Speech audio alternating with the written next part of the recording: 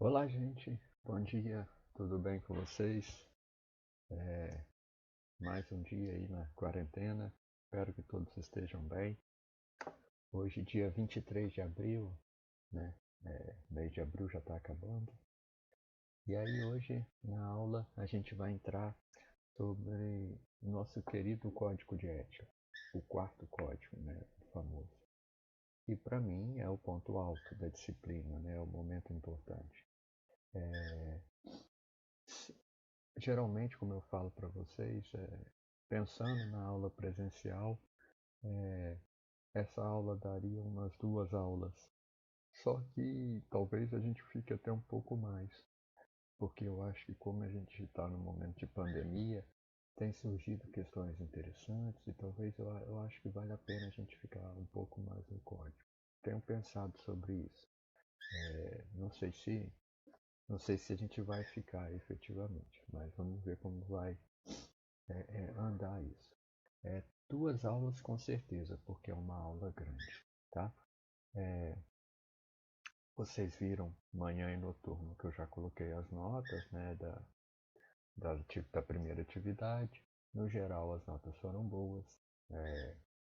E aí, tá chegando a segunda também, vou tentar corrigir o mais rápido possível. Para quem lembrem-se, né, que tem esse padrão que eu sempre peço para dissertar sobre as questões. Então, tentem não ser muito resumidos, tá? Algumas pessoas resumem muito as respostas. Eu acho que isso não é interessante, ainda mais num trabalho. É, Sobre a aula do código, é, talvez fique um pouco chata, porque eu não tem como eu dar essa aula não lendo o código, né?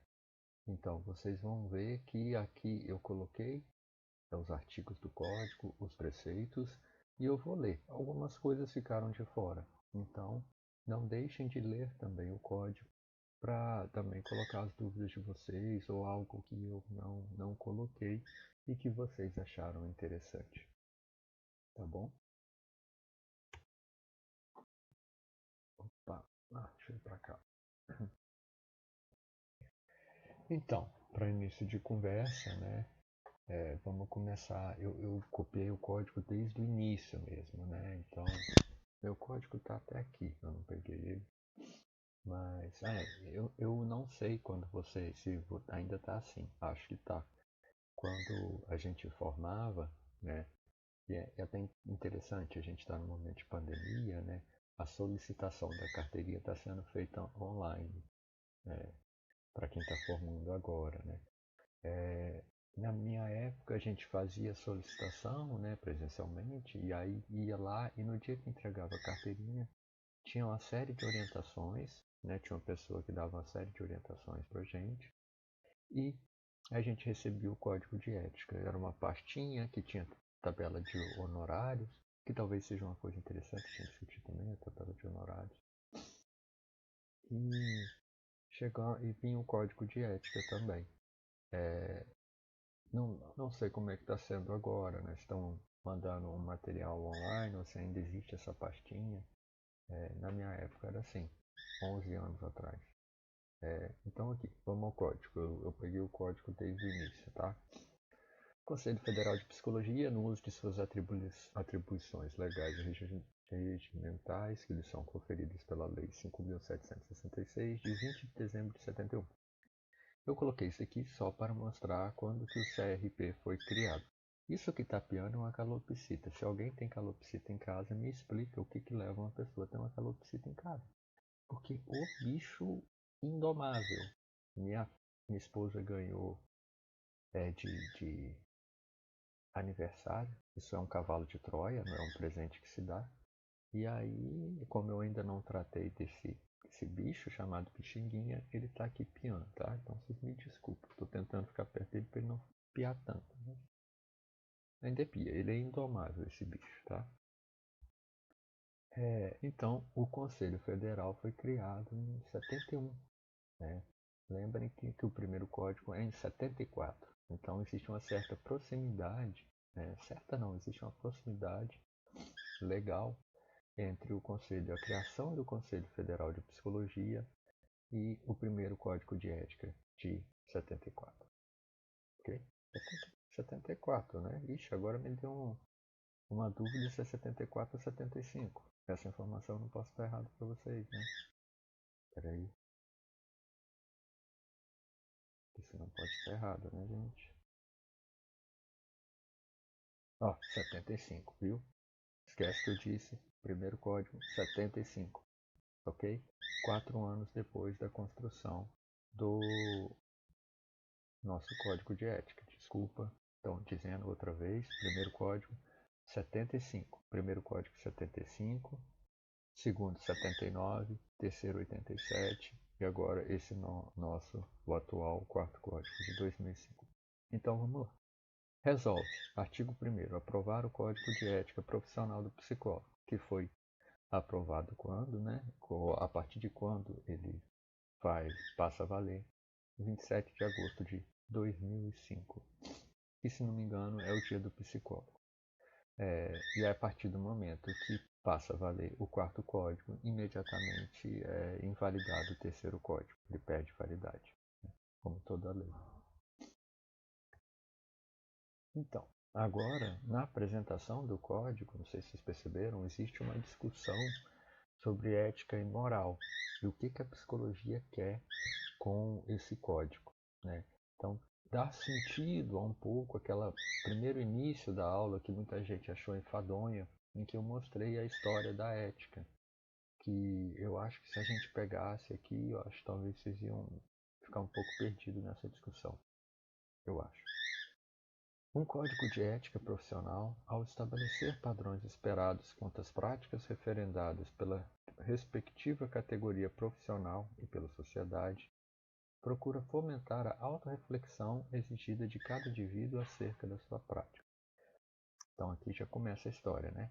O que é uma autorreflexão da sua praxis, uma autorreflexão da sua prática? É justamente essa ideia de uma ética, né? Uma ética é a capacidade que você tem de criticar, de questionar, de pensar sobre as suas ações, ou pensar sobre a moral. Então aqui, já de início, já tem como a psicologia entende um código de ética, de modo a responsabilizá-lo pessoal e coletivamente por ações e suas consequências no exercício profissional. Então aqui também é aquela dimensão que fala, né, naquele texto História da Construção do Código de Ética, que é um código coercitivo, né? Ele é deontológico, ele é do dever e ele é coercitivo. Então, se a gente não cumprir isso, vão ter sanções sobre a gente, tá? A missão primordial de um código de ética profissional não é de normatizar a natureza técnica do trabalho, e sim a de assegurar, dentro de valores relevantes para a sociedade e para as práticas desenvolvidas, um padrão de conduta que fortaleça o reconhecimento social daquela categoria. Vocês vão ver que a palavrinha reconhecimento social nesse código aparece em alguns momentos no código, e eu sempre marquei de amarelo. Porque isso é uma coisa que eu bati a tecla na última aula sobre a história da construção do código de ética, que é justamente que a gente cria códigos de ética para garantir o reconhecimento social da psicologia, ok? Então, esse é o ponto fundamental. E para isso a gente tem que ter uma unificação de condutas, uma uniformidade de práticas da psicologia. Não pode, se cada um faz o que quer, isso acaba gerando um não reconhecimento social e logo a psicologia não consegue demarcar um lugar, se reconhecer como um lugar. Então por isso que não é problemático quando um colega psicólogo faz o que quer ou, sei lá, faz algo antiético e eu falo, mas o mercado me vai escolher por si só, né? O mercado vai escolher quem é melhor. Mesmo que aí tenha um pouco de verdade, não é totalmente verdade, isso gera um problema na questão do reconhecimento social da categoria. Porque ainda é A psicologia está cavando esse espaço, ainda está buscando esse espaço de reconhecimento.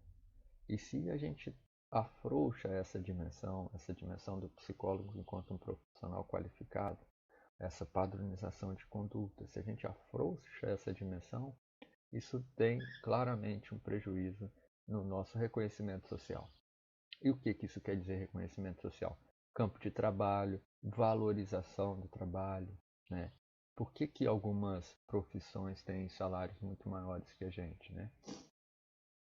Tem muito a ver também com a construção social da profissão, né?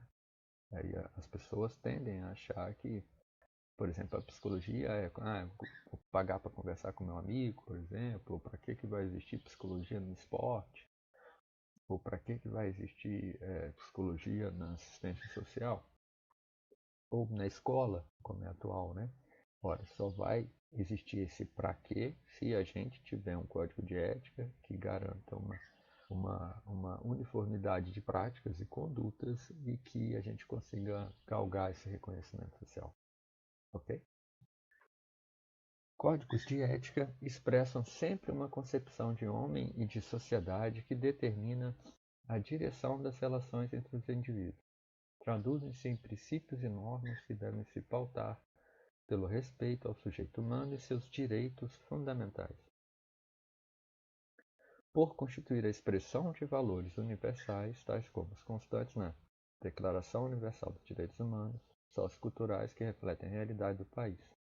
Então aqui vocês veem que o Código de Ética da Psicologia parte de um pressuposto, e esse pressuposto é justamente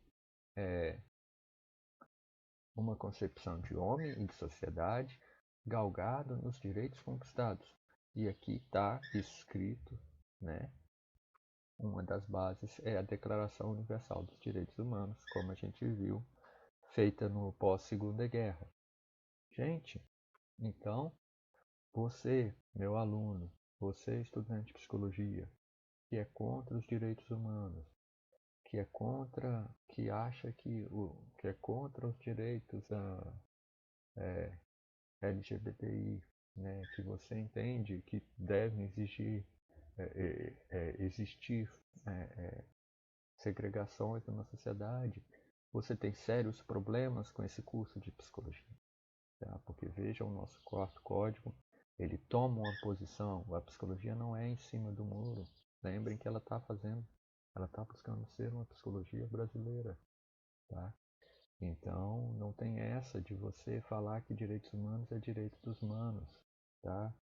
Não existe isso. Se você acredita nisso, você tem que repensar. Se você quiser estar na psicologia, você vai ter que repensar esses conceitos, porque tá dando um curto-circuito. Né? Eu acho que você não entendeu muito a ideia de que quando a gente está defendendo direitos humanos, a gente está defendendo o nosso também, né? E se você ainda está aferrado a esses valores, então você tem que sair do curso. Né? Eu espero que você que está no curso e acredite nisso consiga mudar e se tornar, né, um psicólogo de acordo com o nosso código. Né? Porque, gente, os direitos humanos, o negócio aqui, por exemplo, na sociedade brasileira, a gente tende a achar que direitos humanos nos protege, né? Só que, por exemplo, o que eu quero dizer com isso? O cara chega, digamos que o meu amigo chega e fala assim, direitos humanos. Eu tenho uns amigos que acreditam nisso, né? Não sei se são amigos ainda. Enfim. E fala assim, mas fica esse negócio de direitos humanos defendendo o bandido. Então eles fazem uma separação entre os direitos deles e o direito dos bandidos, como se fossem coisas diferentes.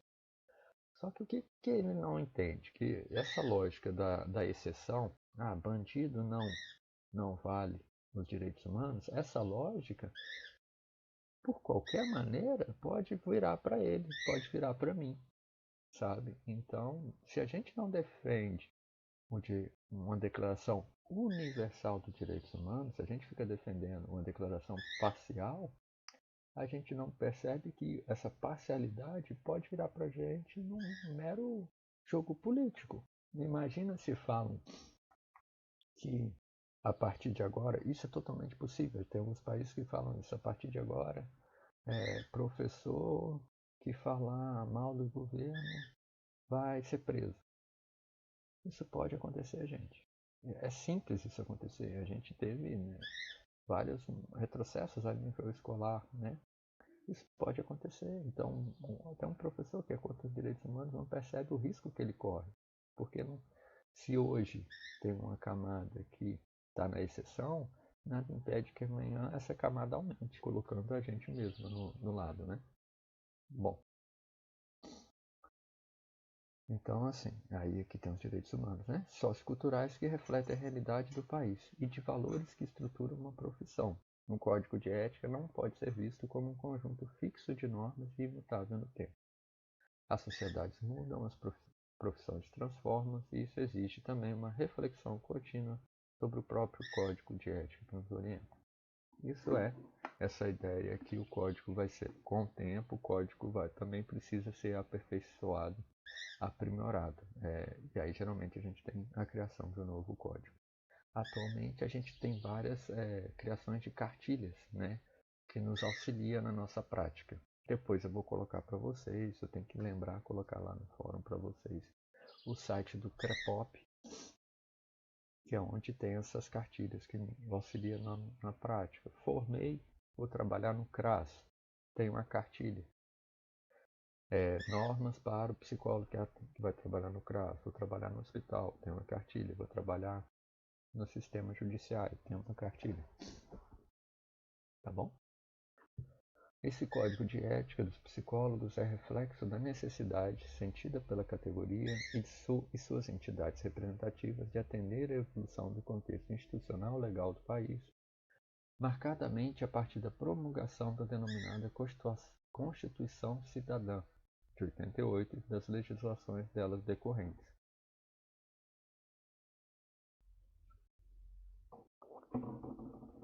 Eu estava ouvindo recentemente o Corona não, tá, gente? Eu sou muito alérgico. Eu estava ouvindo recentemente o disco 2 do Legião. Eu nem sei de que ano é esse disco, mas tem uma música que ele fala do sistema de saúde antes fugiu o nome aqui, antes do SUS, né? Lá eu morava em Minas, INPS, se não me engano, que chamava, né? E eu lembro sempre de Minas, lá onde eu morava, né? E aí nessa música do Legião, fala disso, que era como era problemático essa questão da saúde, que era só para quem tinha carteira assinada, né? Isso é pré a Constituição, porque depois, com a Constituição, a gente tem a instauração do SUS, por exemplo. Né? Então, esse código de ética de 2005, como eu disse para vocês, o terceiro código é de 87. Ele está no meio da turbulência da Constituição. Né? A Constituição está sendo pensada, está sendo criada, e ainda a gente está no processo da redemocratização. Agora não. Agora, em 2005, a gente já tem a consolidação dessa Constituição. Consolidação, né? A gente achava que estava... Os preceitos democráticos, a gente achavam que estava um pouco de sustentação e que esse código precisa dialogar com essa Constituição. Ok? Esse código de ética pautou-se pelo princípio geral de aproximar-se mais de um instrumento de reflexão do que um conjunto de normas a serem seguidas pelo psicólogo. Vejam que esse é o debate, por exemplo, que a gente tem entre o código, o terceiro código e o quarto código. Enquanto o terceiro código é mais normativo, esse é um código mais ético. Então, por isso que era importante vocês entenderem aquela história da ética, justamente uma ética entendida enquanto crítica moral. Porque a gente chega nesse código, que vocês vão ver, a gente está lendo junto agora, e tem vários preceitos éticos que não diz muito bem ou não define muito bem a resposta clara, né? Que é isso que é ética, pelo menos a meu ponto de vista, né? A ética, você tem que assumir uma posição sem saber qual vai ser a consequência, de certa forma. Porque se você já sabe a consequência, não é ético, você é um robozinho, né? Então, esse código de ética da psicologia é muito mais reflexivo do que normativo. Ao aprovar e divulgar o Código de Ética Profissional do Psicólogo, a expectativa é de que ele seja um instrumento capaz de delinear para a sociedade as responsabilidades e deveres do psicólogo, oferecer diretrizes para sua formação e balizar os julgamentos das suas ações, contribuindo para o fortalecimento e ampliação do significado social da profissão. Mais uma vez aparecendo aqui esse compromisso que o Código de Ética tem de garantir para a psicologia o significado social dela, né? E aí como é que vai conseguir isso? Deixando claro para vocês que estão formando, para o Lucas que é formado, quais são os meus deveres e responsabilidades na minha prática. Ao padronizar isso, ao saber isso e ao garantir isso uma universalidade dessa ação, minimamente, que eu consigo garantir o significado social.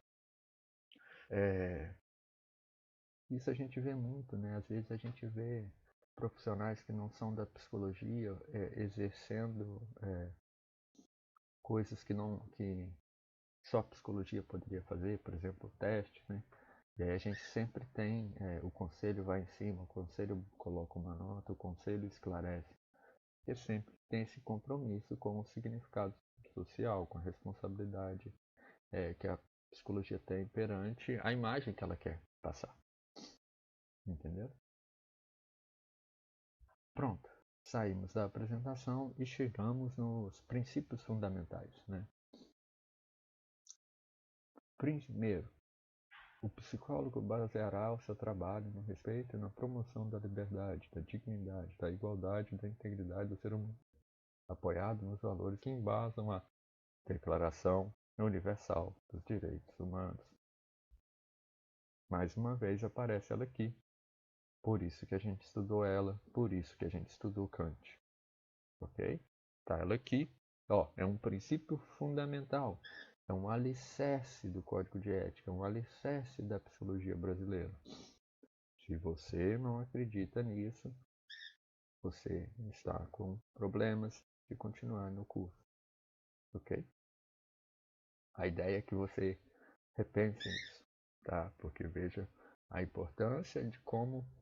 E lembre que a gente discutiu isso, né? Aqui a gente já começa no terceiro código e já no quarto código isso está mais claro. Aqui a gente tem a preocupação da psicologia como uma psicologia brasileira, uma psicologia alinhada com o compromisso social, a responsabilidade social, a uma ampliação da prática, além de uma prática clínica particular.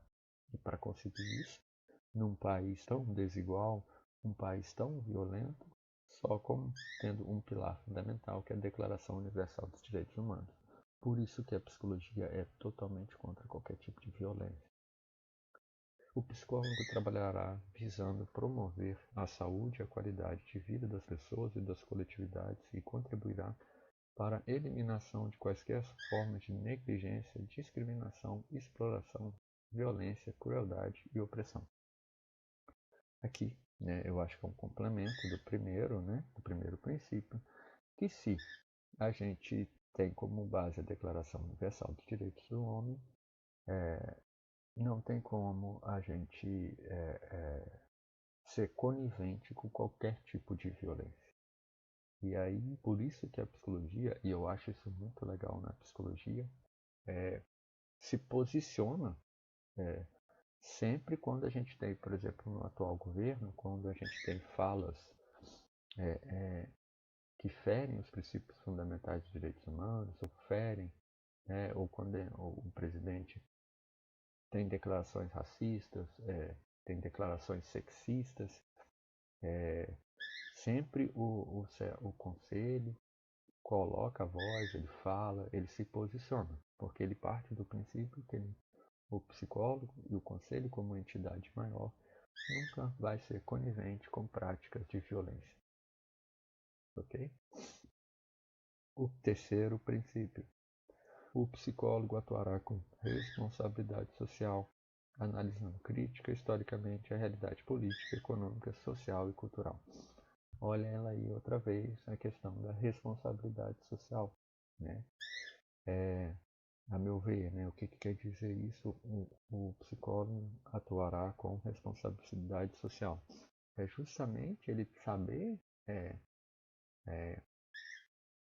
a história, de certa forma, né? Ele saber as consequências da ação dele, a saber onde que ele está atuando, quais são as consequências, por exemplo, de você votar num governo que é mais alinhado a movimentos segregatórios, quais são as consequências de você apoiar um governo que não acredita nos direitos humanos, quais vão ser as consequências para a população brasileira e uma população que a psicologia vai trabalhar, por exemplo, né? Existe essa dimensão política super importante, né? Quais são as consequências de uma pandemia, quais são as consequências econômicas para uma população que não tem uma seguridade social, né? Então, isso tudo é o psicólogo analisando criticamente e pensando de que maneira a psicologia atua enquanto responsabilidade social. É algo muito mais complexo, né? Por isso que não pode ser resumido a, por exemplo, como eu falo para vocês, atendimento social, vou fazer um atendimento barato, não é nada disso. Aqui é toda uma complexidade de analisar o território mesmo, né? As forças que operam sobre ele, né? Por exemplo, tem um podcast, tem que até lembrar colocar para vocês que o CFP, o Conselho Federal, agora está com um podcast. E aí ficaram discutindo sobre a atuação da psicologia na pandemia. E a pessoa, uma psicóloga falando que se o psicólogo chega e vai trabalhar montando uma estratégia de enfrentamento, ele tem que saber necessariamente a história do território, né? O que se opera ali. Né? É a primeira coisa, fazer quais são os serviços que pode ser usado, o que está funcionando, o que não está, quais são as forças que se relacionam ali. Isso é uma abordagem muito mais ampla, né? É uma abordagem crítica. Essa crítica aqui também é uma herança kantiana, né? A capacidade de uso da razão. O psicólogo zelará para que o exercício profissional seja efetuado com dignidade, rejeitando situações que a psicologia esteja sendo aviltada. Esse é um ponto interessante e polêmico, né? Porque o psicólogo, assim, sempre ele não deve trabalhar em situações em que a psicologia esteja sendo aviltada, esteja sendo desvalorizada, não esteja sendo reconhecida. Como que isso se dá, geralmente, né? Às vezes é quando a gente tem processos seletivos ou vagas de emprego, mas isso rola muito em processo seletivo, né? Ou mesmo concurso, em que tem a vaga para psicólogo 40 horas e um salário mínimo, sabe? Isso é um aviltamento da profissão, sabe? É o não reconhecimento do valor da profissão. Então, o psicólogo que aceita isso, ele está sendo conivente com esse aviltamento da profissão. O ideal é quando acontece isso, a gente faz uma denúncia para o conselho, né? E aí o conselho vai tomar uma ação ou impugnando esse processo seletivo ou pedindo uma revisão, tá? O problema, se abre um processo seletivo desse, sempre tem um psicólogo recém-formado que vai aceitar esse cargo lá que está recebendo um salário mínimo, que vai falar que é para ganhar experiência, sabe? Porque está precisando. Gente, já estou com cabelo branco aqui, tá? A maioria desses casos não é uma pessoa que está precisando, é uma pessoa que vai pegar o lugar para falar que está ganhando experiência. Isso fere o código nesse princípio fundamental e também na questão do reconhecimento social. Porque se uma prefeitura, por exemplo, faz um processo seletivo pagando um salário mínimo, Não existe reconhecimento da nossa profissão. Você não vai trabalhar nesse lugar, pode ter certeza. Já é difícil trabalhar em lugares que pagam um salário justo. Você imagina um que paga um salário que na verdade é uma ofensa. Então, num contexto correto, tem que ser denunciado uma prefeitura, nessa hipótese que faz esse tipo de coisa. Ok? E agora a gente entra nas responsabilidades, são muitas, né? Então aí vocês vão ver que a gente vai falar muito aqui de responsabilidade. Deixa eu ver quantos slides a gente já foi aqui. Qual slide que eu tô no 10º? Tá.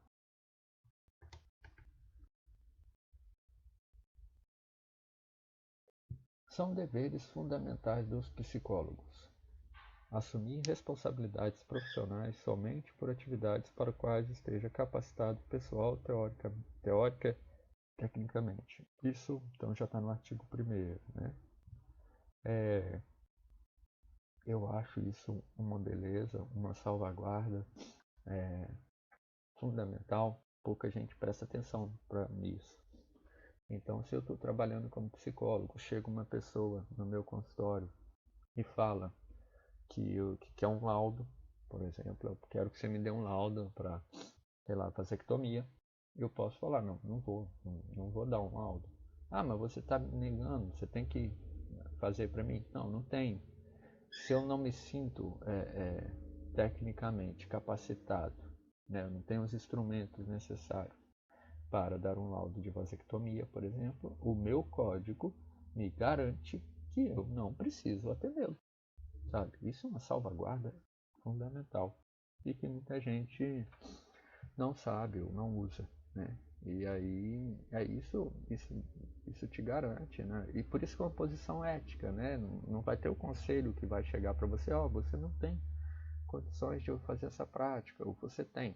Isso é você que vai dizer, sozinho, no espaço que você estiver trabalhando. Mas é super importante, é super legal. Prestar serviços profissionais em situações de calamidade pública ou de emergência, sem visar benefício pessoal. Isso depois eu vou querer discutir mais, porque é a bola da vez, né? Isso do psicólogo prestar serviços em situações de calamidade pública. A gente está vivendo uma situação de calamidade pública, calamidade mundial, né? Que é a pandemia. E como é que se dá o trabalho do psicólogo aí? Saiu até recentemente uma ordem do governo federal convocando psicólogos e causou caos nos psicólogos formados, né? Vai ter que todo mundo ir. Foi engraçado. A primeira coisa que eu pensei foi, se eu não for, o que vai acontecer? Eu achei engraçado isso, assim, porque o pessoal ficou desesperado, vai ter que ir, vai ter que ir. Eu fiquei pensando, mas se eu não for, vai acontecer o quê? O que eles vão fazer comigo? Vão deixar que eu não... você não vai fazer concurso público? Ok. Mas assim, depois, e teve essa normativa, né, essa ordem do governo federal, convocando vários profissionais da saúde, inclusive o psicólogo, mas a nossa, aqui no Conselho Regional de Psicologia, a nossa presidente fez um vídeo, veio a público falar, calma, a gente está analisando isso, o Conselho Federal não tinha sido avisado disso e a gente vai analisar e vai falar com vocês. Fiquem calmos. Então o Conselho Regional aqui, o 16, veio falar isso com a gente. Mas foi uma novidade, eu nunca tinha visto isso, essa convocação a nível federal. Mas assim, por exemplo, teve pouco tempo atrás Brumadinho, né? E isso é um campo que tem ganhado espaço, né? Que é a psicologia de desastres, né? Como é que a psicologia atua em situações de desastre? A gente pode pensar em Brumadinho, por exemplo, né? Aquela coisa horrível, qual é o papel da psicologia aí, né? E aí, muitas vezes, quando acontece, o Conselho Federal, o Conselho Regional, onde acontece o desastre, ele pode convocar os psicólogos a atuar de forma voluntária lá, né? E aí vai, óbvio que isso tem um padrão e tal. Mas a ideia é que você, ao atuar ali, você vai estar atuando enquanto responsabilidade social. Você não quer fazer uma promoção do seu trabalho nisso, tá? Você não quer ganhar experiência, ok? Isso é um ponto fundamental. Eu não posso ir trabalhar na pandemia dando cartãozinho do meu consultório, por exemplo, né? Se eu quiser ir para uma área, sei lá, eu vou me candidatar lá, vou ser voluntário para trabalhar no hospital que está tratando o caso aí do Covid. Eu não posso fazer isso querendo um benefício de aumentar os pacientes no meu consultório, não posso dar meu cartão. Ok? Fornecer a quem de direito na prestação de serviços psicológicos informações concernentes ao trabalho a ser realizado e seu objetivo profissional. Isso é óbvio, né? Quando chega um paciente, paciente, não, um usuário do serviço de psicologia, ele tem direito, o usuário ou o paciente, ele tem direito a todas as informações do tratamento, do método, acesso a prontuário, tá? Tempo de duração, mesmo que não tenha um tempo de duração. Então, isso é um compromisso nosso, tá? A gente tem esse dever, é obrigatório, tá? Prontuário, gente, lembrem sempre disso, tá? O prontuário é, é do paciente, de certa forma. Assim, as informações que lá, eles têm que ter acesso, eles podem ter acesso, tá? Informar a quem de direito os resultados decorrentes da prestação de serviços psicológicos, transmitindo somente o que for necessário para a tomada de decisões que afetem o usuário ou beneficiário. Então, mais uma vez, é isso desse aspecto da informação, né? Que quem for de direito, e aqui entra um probleminha, né? Informar a quem de direito os resultados decorrentes da prestação de serviços psicológicos, transmitindo somente o que for necessário para a tomada de decisões que afetem o usuário ou beneficiário. Vejam, esse é o que teve discussões, essas brechas desse código é que geram discussões, tal como a gente trabalhou na história da construção do Código de Ética. Quem de direito? Né? Você pega um juiz analisando isso, se você está intimado, ele vai falar, eu que sou o interessado nesse caso, então você tem que me contar as informações. Mas, a meu entender, aqui a gente está falando do usuário do serviço. Então, você tem o direito, o dever, de falar para ele os resultados do tratamento, mas sempre lembrando que você vai falar apenas aquilo que seja o necessário, ou seja, o que traga algum benefício. Por quê? Digamos que a gente está atendendo o usuário seja uma criança, né? Não tem sentido você falar algumas coisas que você vê que ela pode ser prejudicada pelos pais ou pelos responsáveis, ou mesmo pela justiça. Tá? Então, o usuário tem o dever a acesso a essa informação e você tem o dever de falar, mas selecionando aquilo que for estritamente necessário. Tá?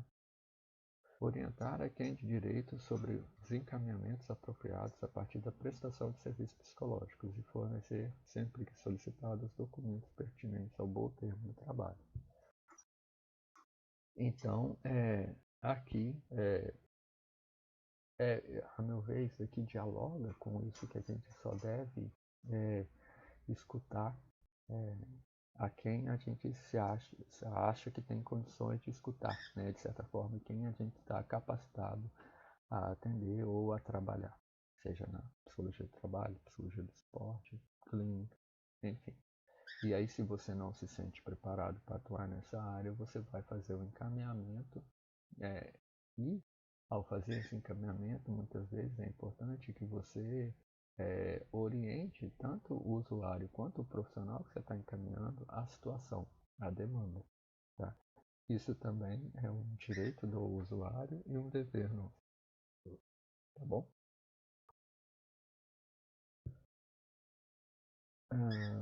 Das responsabilidades do psicólogo, artigo 1º ainda. Sugerir serviços de outros são deveres fundamentais dos psicólogos. Sugerir serviços de outros psicólogos sempre que, por motivos justificáveis, não puderem ser continuados pelo profissional que os assumiu inicialmente, fornecendo ao seu substituto as informações necessárias à continuidade do trabalho.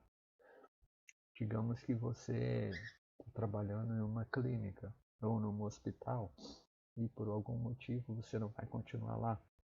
Você vai trabalhar em outro lugar, você mudou de cidade, você foi demitido. Você tem que garantir que as informações desse trabalho que você estava realizando ali sejam transferidas para o profissional que vai chegar depois. E como você garante isso? Não precisa conversar pessoalmente, você vai garantir isso com documentação, com prontuário. Isso, assim, para quem faz estágio comigo no NPP, sabe que eu sou muito enjoado com isso, né?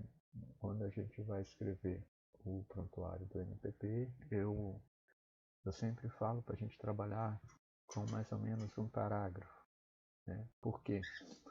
Porque, a meu ver, é o meio termo aí, sendo aristotélico, entre transmitir uma informação para quem vai ler o prontuário, mas ao mesmo tempo proteger algumas informações sigilosas. Veja, às vezes a gente chega no NPP e a gente pega um prontuário que está escrito assim: realizou atendimento psicológico. O que isso quer dizer? Não quer dizer nada. Não quer dizer nada. E isso fere o código de ética. Mesmo que vocês sejam estudantes, eu acho importante vocês já saberem isso.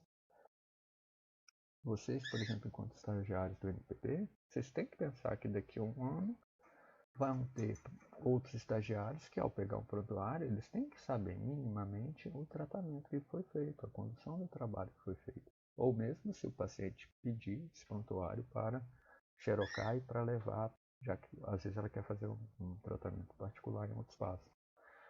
Mas, então, assim, isso é um erro, sabe? Você não pode escrever no prontuário uma linha, você não está transmitindo informação nenhuma, sabe? Você está guardando a informação para si. Isso é um erro, tá? Então, assim, a gente precisa, né, garantir essa transmissão dessa informação e que vai ser documentado. E aqui eu acho que um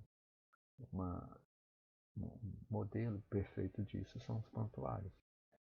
E sempre lembrando, gente, esse tipo de documentação, você trabalha no hospital, você trabalha na clínica, você está estagiando no NPP. Esses documentos você sempre vai preencher no local, no espaço. Nunca vai sair com o documento debaixo do braço para assinar em casa, tá? Por favor. Artigo 2. Eu acho que eu vou parar aqui. Deixa eu ver aqui quantos slides a gente tem. Eu estou no 12 de 24. Tá.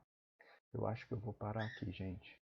Que aí eu parei aqui, ó, das responsabilidades do psicólogo no 13, tá bom? Que aí a gente vai... desculpa, eu parei aqui no artigo 2, né? No que é vedado. A gente estava falando do,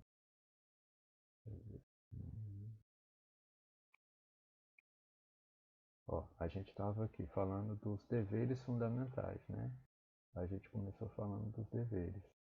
E aí agora, dentro das responsabilidades, a gente vai entrar no que é vedado.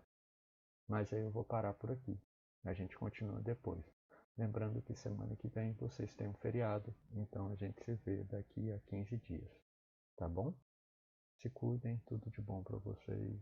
Paciência e cuidado. Tchauzinho.